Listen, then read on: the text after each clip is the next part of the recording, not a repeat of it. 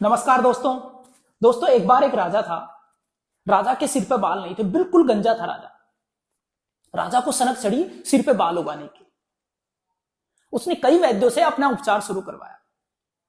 जो वैद्य राजा के सिर में बाल उगाने में विफल हो जाता, राजा उसे कारावास में डाल देता। यह बात पूरे साम्राज्य में फैल गई।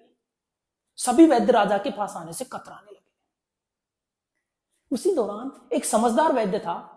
वो राजा के पास आया और बोला, महाराज 3 महीने के अंदर अंदर मैं आपके सिर में घने बाल उगा दूंगा।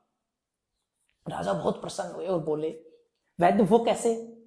महाराज 3 महीने तक आपको एक रसायन का सेवन करना होगा।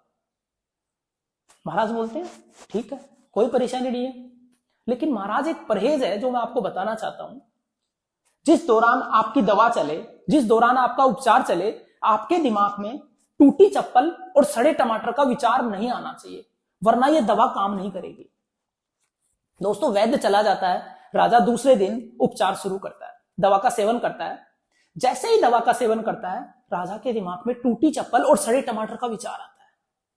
राजा उस बात को भूलने की कोशिश करता है, लेकिन वो विचार बार बार आता है।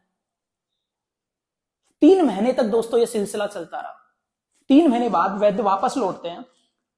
राजा उसे तुरंत अपने कक्ष में बुलाते हैं और बोलते हैं, वैद्य जी, बाल उगे ना उगे, मुझे एक नई बीमारी लग गई है।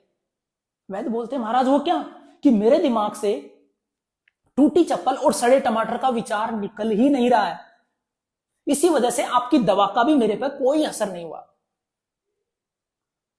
वैद्य थोड़ी देर के लिए मौन रहते हैं और बोलते हैं, महाराज मानव स्वभाव विचित्र है। जिन बातों को हम भूलने का प्रयास करते हैं, जिन विचारों को हम अपने दिमाग से बाहर निकालने का प्रयास करते हैं, वही विचार हमारे दिमाग में बार बार आते हैं।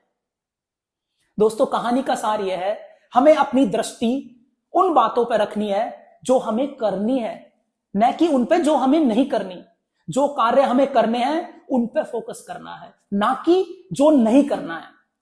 अपनी दृष्टि अपने लक्ष्य पर लगाइए, अपना फोकस अपने लक्ष्य पर लगाइए और आगे बढ़िए। Thank you, have a good day, bye bye.